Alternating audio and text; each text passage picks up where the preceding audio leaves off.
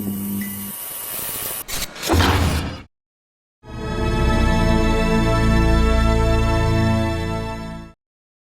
everyone, my name is Daniel Anton. I am part of the class of 2023 at Nyack High School, and I am currently a senior.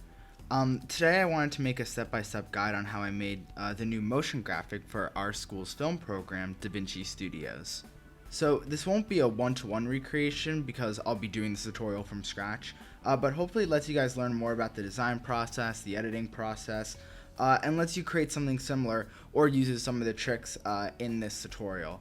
But yeah, anyways, we'll just get right into it. So first, I was actually given this original graphic from another senior, Putu Sutayasa, also part of the class of 2023.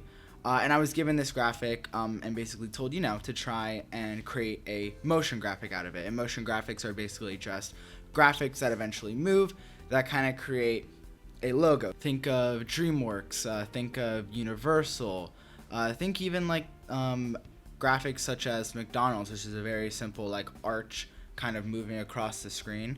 All of these companies use motion graphics because they're more appealing. They give you also like an introduction to the logo of this company.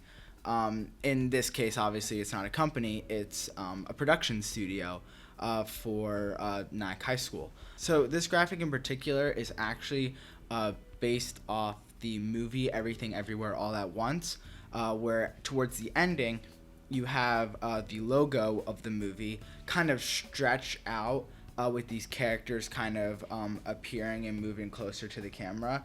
So that's kind of what I originally decided to base this motion graphic on. So I actually got the original files for this graphic, so you can see there are actually now two layers with the the DVS going in the back. And next was actually figuring out how I was going to create that same effect from Everything Everywhere All at Once, where the letters start, looking like normal text and then slowly stretch out. So actually what I did first, because the DaVinci Studio logo doesn't actually come until later, I just hit it, and I actually duplicated the text, the stretched out text, and I'll explain why.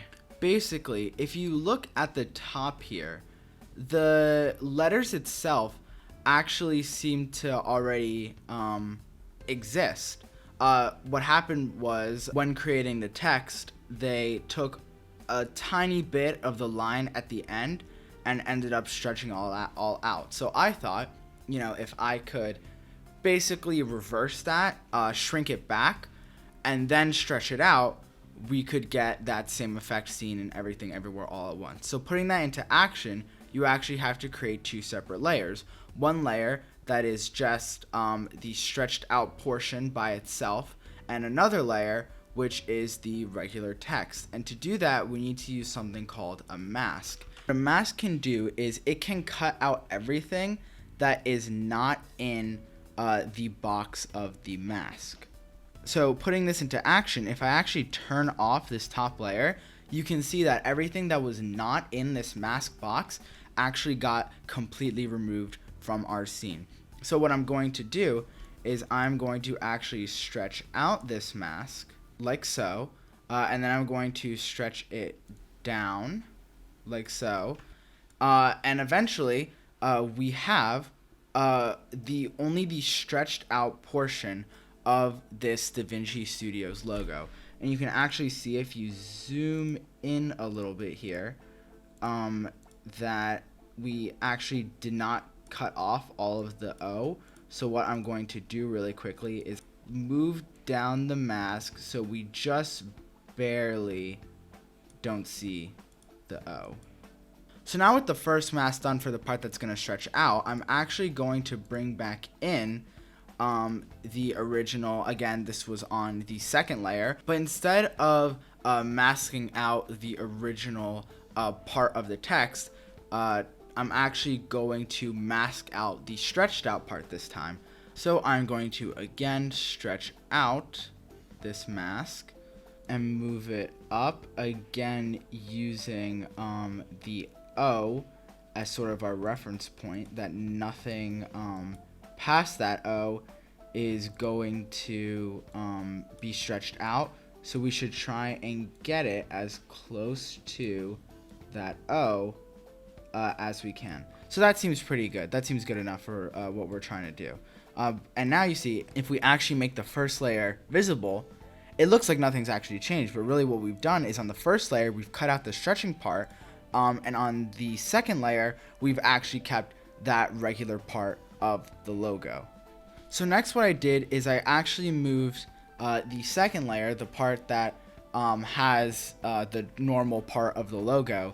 I actually moved it closer to the center because in Everything Everywhere All at Once, you see it starts at the center and gradually stretches out. So now I'm going to untoggle the visibility for the first layer, and I'm going to go to scale. I'm actually going to turn off uniform scale, and you can see now it's giving me the option to scale the height of the image and scale the width. So the width, of course, is going to make it longer, but the height, scaling the height only, is going to get us the unstretched version of this logo. Of course, it's still a little stretched, so we can scale it down even more, move it up, but this is the effect we are going for. So now I've moved these both to the center. I'm actually going to scale out the logo because again, from Everything Everywhere All at Once, the logo actually goes from the complete left side to the complete right side. So after that is actually creating the motion that it is being stretched out. So what I'm going to do is I'm going to create a keyframe on scale height. And what a keyframe is essentially the next time you change this value, it is going to, between the two, interpret, okay, if we're going from 26 to 50, what do I need to do to get in between? And the keyframe will interpret that as over time, I am going to add a fixed amount to this value until eventually it reaches that 50 that I had set at the end. But of course, we're going to do more than 50. We're going to do around, I don't know, maybe 69 just for right now. And we are also going to keyframe the position, and we are going to be moving this logo down. So you can see that already it looks like that it's obviously stretched out much longer if you look at this, but it doesn't look quite right, and obviously because it's not connected to the top logo anymore. And so what we should do is we create a keyframe for the top logo, and then we're going to move up the top logo until it's essentially at the top of the screen. And then once we do that, we can go back to our original logo, and we can see where we actually want this to end. So it looks like we want to end it where it's stretched out about this far, is kind of what we were going for. And now you can see, if I play it, it looks like it's stretching out, when in reality all we've done is we actually stretched it in and then did it backwards to kind of look like it was being stretched out. So in Everything Everywhere All at Once, this goes on for a long time. So I'm actually going to take this ending keyframe and I'm going to drag it out all the way to the end that it is on the screen. And so you can see that when I play it again, it is slowly stretching out over time.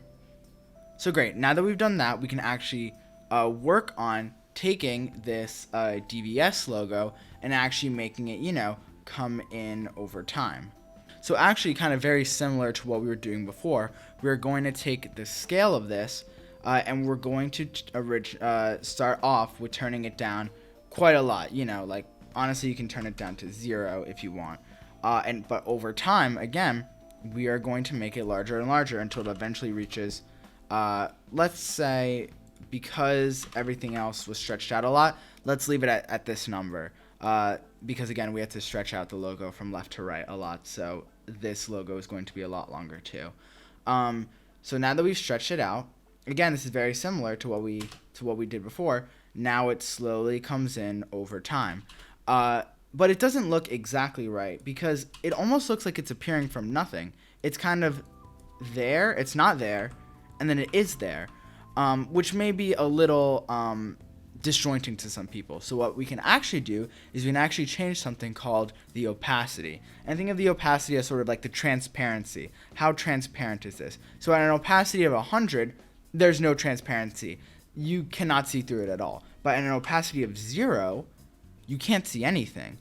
So what we can do is we can take that transparency of 100, put it maybe in the middle or so, where the naked eye could basically start to actually make out the words. So I'm thinking maybe around here, people would actually realize what is being spelt, and we can actually use that opacity to show that, over time, it's fading in. It's no longer just it's not there and then it's there. Now it's okay. It's slowly fading over time, and that's, I think, in my personal opinion, much more pleasurable to people's eyes than it just suddenly appearing.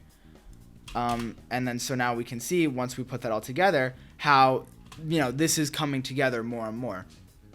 But actually, something in Everything Everywhere All at Once in the logo is that there is a chromatic aberration effect. And what chromatic aberration is think of primary colors. Everything is either made out of red, blue, or green. And we combine these colors to create secondary colors, tertiary colors, and so on and so forth until we have the entire color spectrum. But if you think about it, if you boil it down to its basics, we're really only ever using red, blue, and green. And so what chromatic aberration does is it takes those different colors, a red channel, a green channel, and a blue channel, and it sort of stretches them, or they don't fit exactly within the image. And then so you see some red bleeding on the edge, some blue bleeding on the edge, some green bleeding on the edge. And it's a very cool effect. A lot of old TVs had issues with chromatic aberration, like they didn't always display the colors correctly, and so a lot of people have a sort of fondness for that retro look, which is why you see a lot of chromatic aberration in old 80s style videos or 90s style videos. It sort of gives it that more retro feel, and Everything Everywhere All at Once uses that chromatic aberration. So I'm going to quickly show how to do chromatic aberration for this logo specifically. And so if we're trying to make red, blue, and green bleed out on the edges of the image, then let's make 3 layers that are only red, only blue, and only green. So I am going to hide the first layer, and I'm going to hide the second layer. So now we're just left with the third layer. And what I'm going to do is I'm going to create 3 layers of this third layer. And right now they're all the same. If I hide them, nothing's really different. But next, what I'm going to do is I'm going to go to an effect called Channel Mixer, and I'm going to drag that effect on all 3 of these clips. And if you scroll down to Channel Mixer, you'll see different things such as red, red, red, green, red, blue, green, red, green, blue, etc. And you can see that red, red is 100, green, green is 100, and blue, blue is 100. So think of the red, red, green, green, and blue, blue as, red, green, and blue, RGB. That's what makes up all of our colors that we see on digital screens. So next, what you're going to want to do is you're going to want to turn off, for example, I'm going to turn off red on this one, green on this one. I'm going to turn off, and by the way, turning off is just setting it to 0. I'm going to turn off green on this one and blue on this one, and I'm going to turn off red on this one and blue on this one. And essentially what you can see is, and you can already see it changing here, only this layer has green, only this layer has red, and only this layer has blue. So they've been separated into their 3 colors. And you can see if I hide the first layer, now it's red. If I hide the second layer, now it's blue. They've been separated into RGB. But how exactly, do we fix this? Because we don't just want green. Well, you can actually go to blend mode, and you can change blend mode from normal to screen. And that's just a sort of method for overlaying the images that once you do it to the top one and the middle one, you're going to get that white again. And so you'll think, oh, nothing's changed. Well, actually now, if you come over to your position and you move it, you'll get that chromatic aberration effect. You see, now it's moving and it's causing different colors to be shown, kind of bleeding off the side of that original white text. So what we can do now is we can create a keyframe at the end that just ever so slightly moves this top layer, and you can see that over time it starts off as a singular white image, and because of that keyframe, it's getting large. The chromatic aberration is getting larger and larger. And when you do the same thing with the middle layer, it's important to do it with the top and middle, but don't do the bottom, because the bottom is what's making it that starting off as like a white image. So you don't want to do anything to the bottom, but you can do stuff to the top and middle. Like for example, I will, just for simplicity's sake, I'm moving this original keyframe back, and I am moving this a little bit to the right. And you can see as this image moves up over time, again, the chromatic aberration effect is getting greater and greater. So now basically all I did is I've repeated that exact same process that I showed before for every single clip. So the part that's stretched out, the original part of the logo itself, and that DVS. So now when you play it, you can see it starts off normal, but over time the chromatic aberration effect builds and builds until the end. So finally, the last thing that I kind of wanted to do is I kind of wanted to add a glow effect to kind of make it look a little bit more blinding, because at this point I'd already thought, okay, we're gonna build up, more chromatic aberration, getting larger and larger in your face, and then it's gonna glitch and it's just gonna cut to the normal logo by itself. So I wanted to add more to that sort of in your face kind of thing by adding a glow effect. But as you can tell, I mean, we already have 9 layers from what we've done. I don't want to go and I don't want to apply a glow effect to everything, because I'm going to just be doing the same amount of glow. So one way to actually apply everything to every layer underneath it is called an adjustment layer. And if you come down to new items and you go to adjustment layer, you can create your adjustment layer. And what you can do is you can drag it above all your clips, and you can add an effect to it. So I'm going to come over to effects and I'm going to search for alpha glow, and I'm going to drag this onto the adjustment layer. And you can see pretty quickly, I mean, everything has a glow to it now. So I am going to change this a little bit, because I don't want it to be this bright. I'll change the glow to maybe, well, actually, we're going to do another keyframe. We're going to start off the glow as 0, and over time have it glow, you know, more and more and more. So let's say maybe 40. Maybe that's a good one. So we're going to move this over and watch as over time it gets larger and larger and larger. But maybe that's too much glow. Maybe the strength of it isn't so bad, but maybe it's too bright. So what we can do is we can actually, again, turn down the brightness of the glow itself. So maybe only to this, only maybe to 184. And again, we'll start the brightness off as 0. So as we're going, more glow is being added, more brightness to the glow is being added, and it's getting bigger and bigger to your eyes. And finally, the last thing I'm going to do to this part is, again, referencing the everything everywhere all at once. The text actually, yes, it does fade in, but it's also a little bit blurrier, and then your eyes sort of adjust to it after. So what we can do for that is we can add an effect called camera blur to that original DVS logo. And so we can start it off as it's, again, I'm adding it to the first 3 layers because now that I've added the chromatic aberration effect, I have to add everything to those 3 layers. I'm going to start off with the % camera blur to be about, I'd say around 10, maybe good. We don't want to do too much. And we're going to start it off as it's being very blurry, but then, eventually it'll go to 0.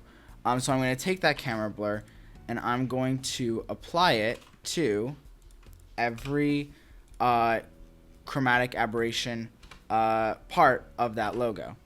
So now you can see it starts off a little blurrier and then gets clearer over time. So now that this part of the logo is done, we're actually going to move on to the glitch transition, the part where, the logo goes crazy and then suddenly it's all calm again and it's the normal logo reveal.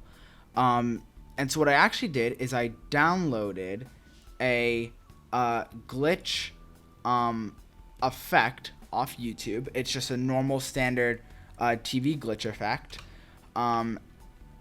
And you see it starts off, we can actually change the size of this to fit our screen.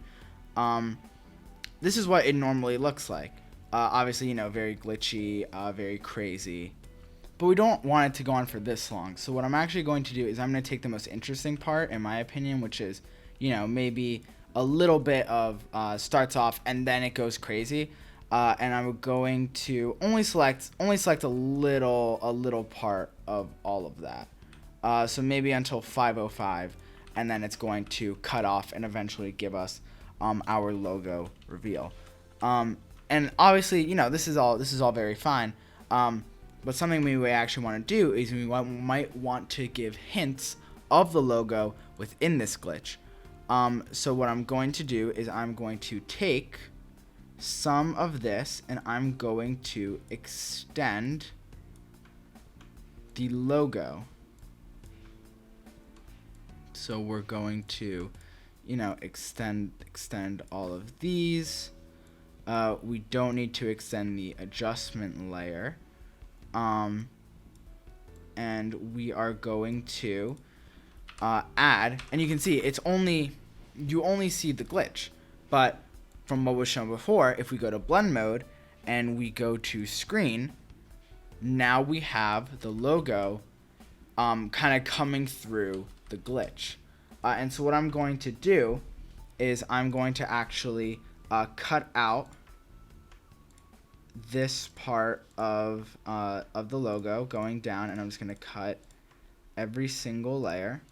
And then maybe we'll start with a hint of the logo. So we'll cut out everything again here, but keep in, one frame of the original logo. So you can see it's a little crazy. Boom, the logo, and then maybe we'll cut out another one, such as so. And now maybe we want to have the logo appear in a new place. So we can again cut out every single layer, and then we can take every part of the logo and move it maybe across and up a little bit. So we'll apply that to, basically, because it's glitchy, we don't actually have to be perfect, but we'll get like a general kind of glitchy effect by honestly just strewing everything around the place. Everything's crazy, everything's hectic, it's glitching, nothing is really supposed to be together at this point. So it actually makes perfect sense for, we can be a little bit creative with how exactly everything is placed here. So that's the new part. And then we're going to again do another cut. Again, this isn't required. You can do however you think a glitchy transition should look. I think doing a lot of cuts with a lot of kind of flashes of what came before and what's to come is the best way to kind of sell that glitch.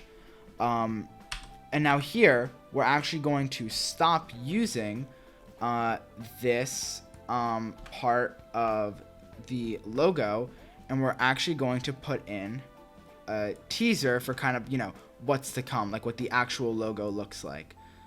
So we're going to put that in, and then we're going to take this and let's say move it to the top left.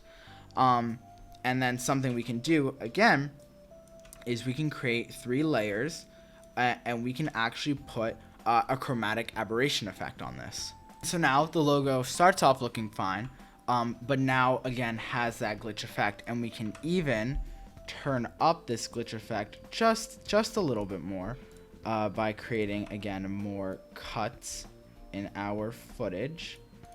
Maybe we'll have the position of this move a little bit here. Maybe it's a little bit larger than the rest of them. This effect moves to the side a little bit. Again, creating more of that glitch. And then finally, I usually do this when making kind of glitchy things. The last has nothing. It's just the glitch part of it. Because it's sort of, in my weird way of thinking it, sort of resets what people are expecting. Because then you're going to do the actual reveal of the logo. And now we can see this all put together in action. So again, from what you saw before, started off with a little glitch, again shows the logo, then shows the logo a little more distorted over time, then shows, your transition to the new thing you want to show, shows that a little distorted, and then finally you're met with what you want to show. So let's see it in action, and just like that. So again, we can see from the beginning, gets larger and larger, gets brighter and brighter until maybe it's too much glitch, and it shows the original graphic. So after that, I actually extended the motion graphic a little bit more because people may want to see what it's actually saying before we cut to whatever film is being shown. But now I actually want to, just in case people can't exactly read what the logo is saying, I wanted to move it up a little bit.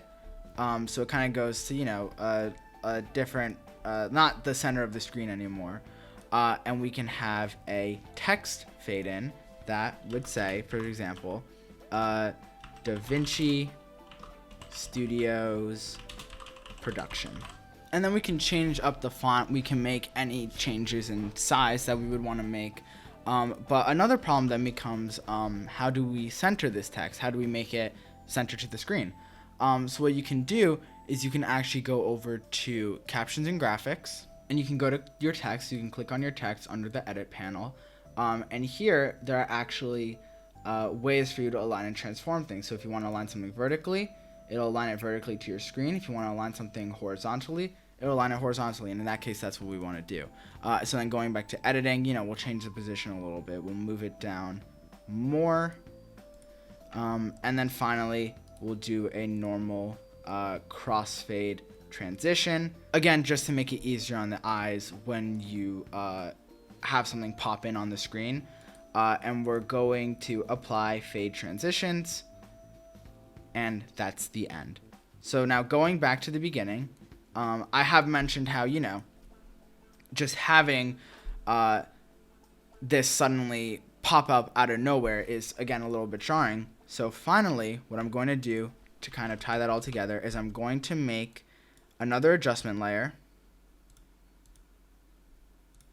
And I am going to move this adjustment layer to the top. And I'm going to apply a fade transition to the adjustment layer, which now, in turn, applies a fade to the entire part that adjustment layer is above. So now kind of playing it all through, you see fades in, gets bigger, bigger, bigger, larger, glowier. We have the glitch, shows the motion graphic moves up, and we get that text reveal with the fade out. And of course, I downloaded a lot of sound effects from sites like YouTube, and also sites that are dedicated to hosting non-copyright sounds, such as freesounds.org, for example. And I kind of spliced it all together to create a glitch sound effect and a logo reveal sound. And then once again, I'm going to show what the final product eventually looked like.